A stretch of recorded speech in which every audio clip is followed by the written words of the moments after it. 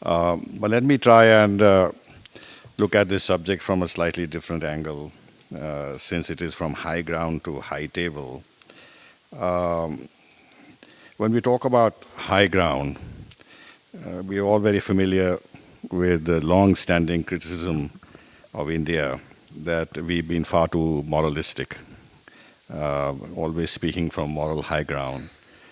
And the suggestion or the implication is that we've not been realistic. We're not practitioners of hard power. We are namby-pamby, idealistic. And this has been the bane of our foreign policy.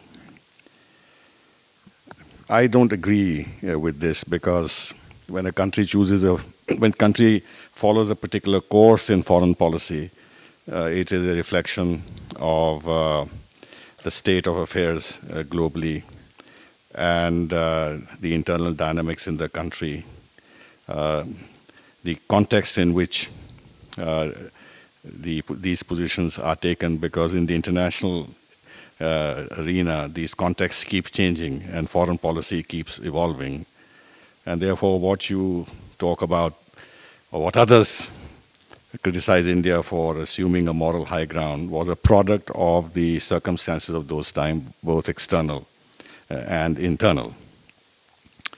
First of all, to my mind, this was a product of Indian civilization.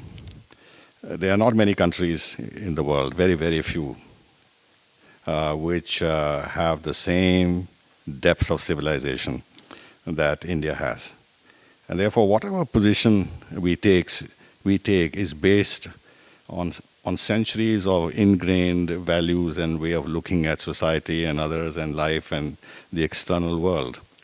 And hence, the positions that we take are based on the roots of our philosophical thinking.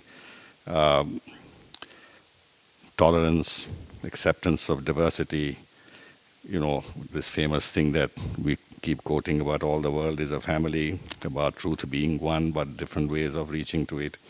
Our thinking has never been binary, never. We've also separated always faith from politics, and we've been genuinely secular in outlook. Now, if we don't have that mindset where we think in binary terms and we are tolerant and we think of the world as a family, then when you then pronounce on foreign policy issues, then you can't suddenly change your mindset and your worldview and your innate ways of thinking and reflection and take a totally different view. So that got reflected in our foreign policy, which is why we repudiated the Cold War, because the Cold War was based on binaries, evil and good, and two opponent blocks which were confronting each other. But that is not the way we think. We always believe in some kind of dialogue and resolution of differences through dialogue and conversation and this and that. The other, of course, factor was the product of India's independence movement. We fought that, we struggled for independence based on moral values. It was fought on the basis of moral grounds. Prime Minister Mahatma Gandhi used to say we are not against the British, but we are against British imperialism. I don't know how he made that distinction, but this was the distinction that he made. And the whole philosophy of Himsa and Satyagraha, and the fact that we obtained our independence through negotiation. This is the reason why, at that time, at the global level, we tried to infuse our foreign policy discourse with a high degree of moralism and moral values, which were, as I said, a product of our own struggle for independence. And this got reflected in many ways. There were other factors also. After all, we were the first major country to be independent, to gain independence from colonialism. And hence, therefore, within the UN system, we led the campaign against anti-colonialism. We led the campaign against anti-apartheid, which again was rooted in moral values. We also took positions against nuclear weapons. We were the prime movers of the partial test ban treaty because we were against nuclear testing. We were very strongly in favor of disarmament. And as I said, we were anti-Cold War. In fact, this non-alignment policy that we pursued was basically a product of this kind of a mindset against dividing the world into opposing blocks. Now, the odd thing is that we are criticized for adopting a moral high ground, etc., etc. But look at the entire structure that was built after the Second World War, the international structure. It's all based on moral values and all based on high moral ground. The UN itself, if you look at the charter to save the future generations from the scourge of war and everything else, and you've seen how many wars have been fought by the countries who actually were the prime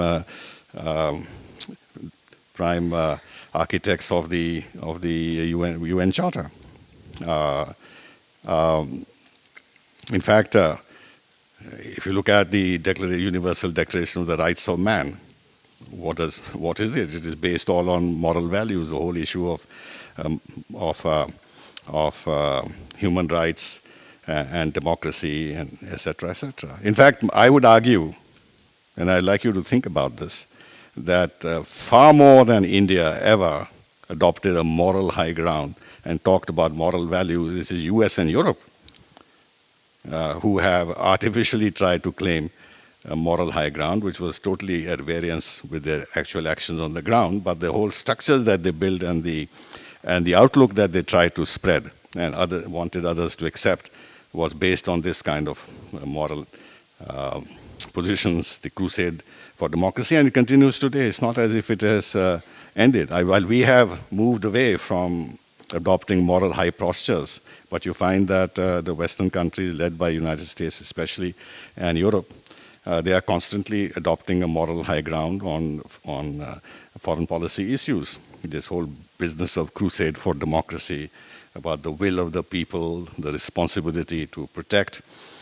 talk about human freedoms, freedom of expression, and all this talk against nationalism, etc., etc. In fact, I would say that the most nationalist country in the world is the United States of America. They have been responsible for so many negotiations of international treaties, but they don't join them because this might constrain their freedom of action, whether it's the International Court of Justice or the CTBT negotiations, or for that matter, they will refuse to accept in any UN peacekeeping operation that American forces should be under the command of anybody else. They have to be under the command of a US general. And there are so many instances where you find, or even the United Nations Law of the Sea, which they negotiated but stayed out because any constraint on their freedom of action, they are unwilling to accept because America is exceptional. Now, I would say that India has always been a very strong supporter of multilateralism. The fact that we opted out of the Cold War was, in a way, our commitment to multilateralism. Because what did Cold War mean? Some countries on this side and some countries on the other side. Then where is the multilateral aspect of it? But when India tried to give a lead to the world that this is not what it should be, that there should be dialogue, there should be an effort to resolve differences through negotiations, there should be peaceful coexistence, etc., etc. This was, in fact, a far more multilateral outlook than the West had. We wanted good relations with all countries. That's the basis of multilateralism. The non-aligned movement itself, as I said, was a product of this kind of thinking and a refusal to join any military blocs. And we were very active in the UN. I mean, Minister Puri can tell you about our history in the participation in UN in various ways. It has been very proactive, very effective in so many ways. And we have been one of the leading countries in terms of participation in UN peacekeeping operations. And this multilateralism continues even today in different forms. We are, but let me go back a little bit. We participated in the non-proliferation treaty negotiations. At the end of it, of course, we did not join because the whole thing was structured in such a way that it was discriminatory, which India could not accept. We participated in the CTBT negotiations seriously, sincerely, but again, the whole thing was steered in a way that it became a means to perpetuate the nuclear status of certain countries and deprive others permanently. Similarly, we've been part of the GATT negotiations, now WTO. Today we are part of G20. We are part of all the UN financial organizations with the World Bank, IMF, and we are part of UNESCO. We are active in UNESCO. We are dialogue partners with ASEAN. We are part of the Asian Defense Ministers, ADDM+. We are part of the East Asian Summit. In climate change negotiations, we are absolutely critical on the whole issue of terrorism and counterterrorism. We have built up a multilateral relations multilaterally with so many countries so that the focus remains on this menace to the international community. And we are a member of BRICS. We are members of SCO. So you can see that wherever we can contribute multilaterally to platforms that address global issues, we are present. And many of these organizations comprise of countries which are otherwise strategically adversaries of each other, but that has not deterred us, and we have carved out sufficient space for ourselves to be able to act on all these platforms. Now, when we talk about high moral ground and high table, what really we are talking about is a permanent membership of the UN Security Council, because short of that, we are in our own way on high table everywhere, whether it's economic, political, security, or whatever. But we are not permanent members of the Security Council, though we have now, since some years, openly claimed our right to be a permanent member. There are some who think that India ought not to go around begging for permanent membership, and that this permanent membership will come to us as and when we become stronger economically and otherwise, and the world recognizes that they cannot do without India. India has to be incorporated in these very high, how should I say, that we are made full participants on discussions that take place in the UN Security Council. We, as you know, have teamed up with Germany, Japan, and Brazil, a group of 4, in trying to mobilize our case for permanent membership. But then, although I think in terms of attributes, we are incomparable. Germany or Japan or Brazil come nowhere near us in terms of demography, in terms of physical size, in terms of civilizational depth, in terms potentially also of our economic power and military power, the independence of our foreign policy thinking, the strategic autonomy that we need to keep. We are very uniquely placed, and we are uniquely placed because of these attributes. Nevertheless, the fact is that we are not the only claimants for permanent membership, and if Germany and Japan, despite all the support they've had from the United States in particular, and Brazil for that matter, if they're also knocking at the door of the UN Security Council, so we are not unique in this regard. It's not as if India is the only country that has been left out, though, as I said, we are part of this group in order to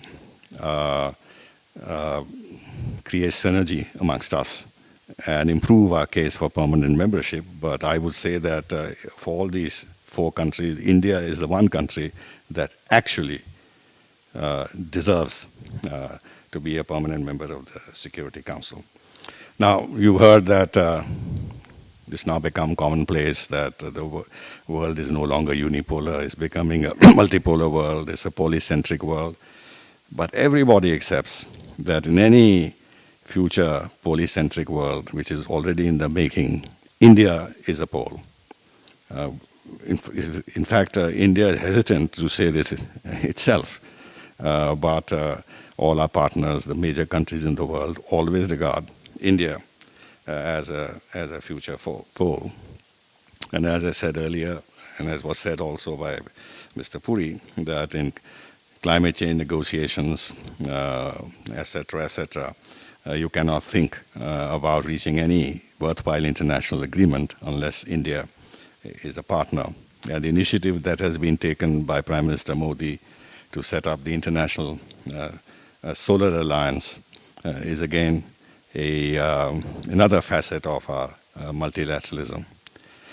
Now, we know that multilateralism today is under attack, especially from the United States of America. They've just taken some steps to reduce their budgetary support for the UN. They have at times in the past actually come out and even now against the utility of the United Nations. It's a talking shop. It doesn't achieve anything. And their public statements have been rather brutal, that we are willing to work within the United Nations if we can, but we'll work outside the United Nations if we must. And most of what they are doing at the global level is without any UN remit. It is outside the UN Security Council, and this is true of Europe too. This whole business of Mr. Trump saying America first, what does that mean? This is again not any great commitment to multilateralism or the UN system per se, whether it's political or economic. For us, multilateralism, we are strong supporters of multilateralism, although I would say that within the multilateral system, we've not had due recognition.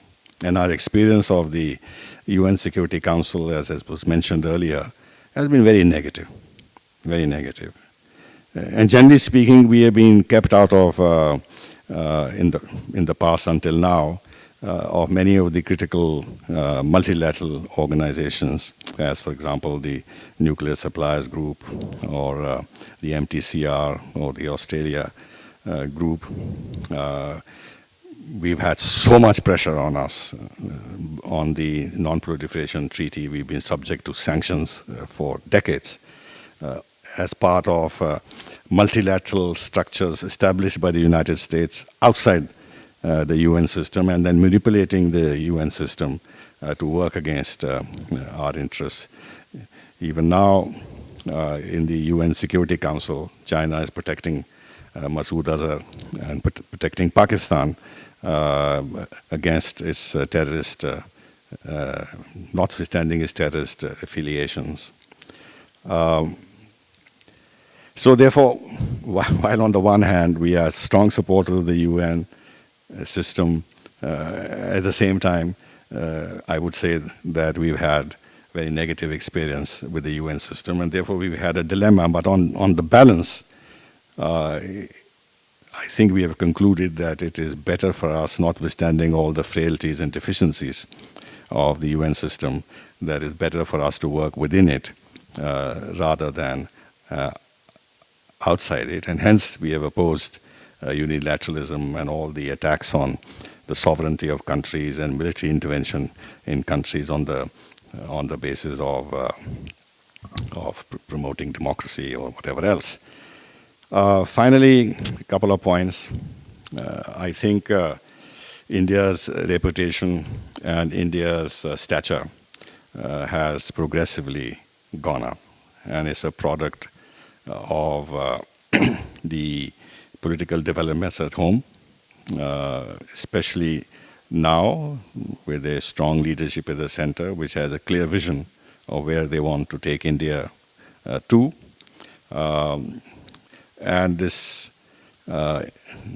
aim of creating a body of countries which would back India, which would support India in its thinking and views and its aspirations. That's the whole game, that rather than stay out and be negative, participate in the international system, build up a support within the international system amongst a certain set of countries by being constructive. Even when the issues are difficult, the whole approach should be constructive rather than obstructive. And this we've seen in the climate change negotiations, where Prime Minister Modi changed the entire way India was being looked at. Earlier, we were considered to be an obstacle. And now, he's positioned India in such a way that even as we protect our interests, we are being looked upon as a constructive participant in climate change negotiations. The latest is, of course, the Britain knocking at India's doors that please be more active in the Commonwealth, take the leadership of the Commonwealth, and they're making us some very attractive propositions to make sure that we get a proper role, institutionalized role within the Commonwealth. The whole concept of the Indo-Pacific, again, it recognizes the increasing relevance and centrality of India in terms of security of the Indian Ocean and the Pacific Ocean.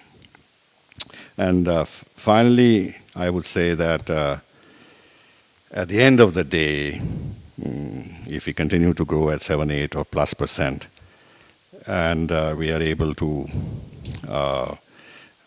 achieve our targets in terms of the size of our economy, that will automatically open up far many more doors than are there at present. You look at China. China has been a permanent member of the Security Council, but until a few years ago, within the UN system, within the UN Security Council, they kept very low profile. Rather not get involved in anything, but build up their own country, which they have done so very successfully. And as they have done, their ambitions have grown, their aspirations have grown, the means at their disposal are so considerable that now they can stand at Davos and talk about globalization and this huge Belt and Road Initiative. In other words, your foreign policy options and your ability to play on the international stage and the opportunities that open up for you expand immensely if you grow strong domestically, especially economically, and then acquire the necessary military muscle that inevitably comes when you have resources and therefore the ability to do that. So the Prime Minister Modi, although I've not heard him say it directly, but I think everybody believes that he wants India to become a leading power. And if you become a leading power, it means that there have to be countries whom you lead, which means that within the international system, you become a powerful entity whose voice is heard and which can then shape the international order. And this is the direction in which we are headed. Thank you.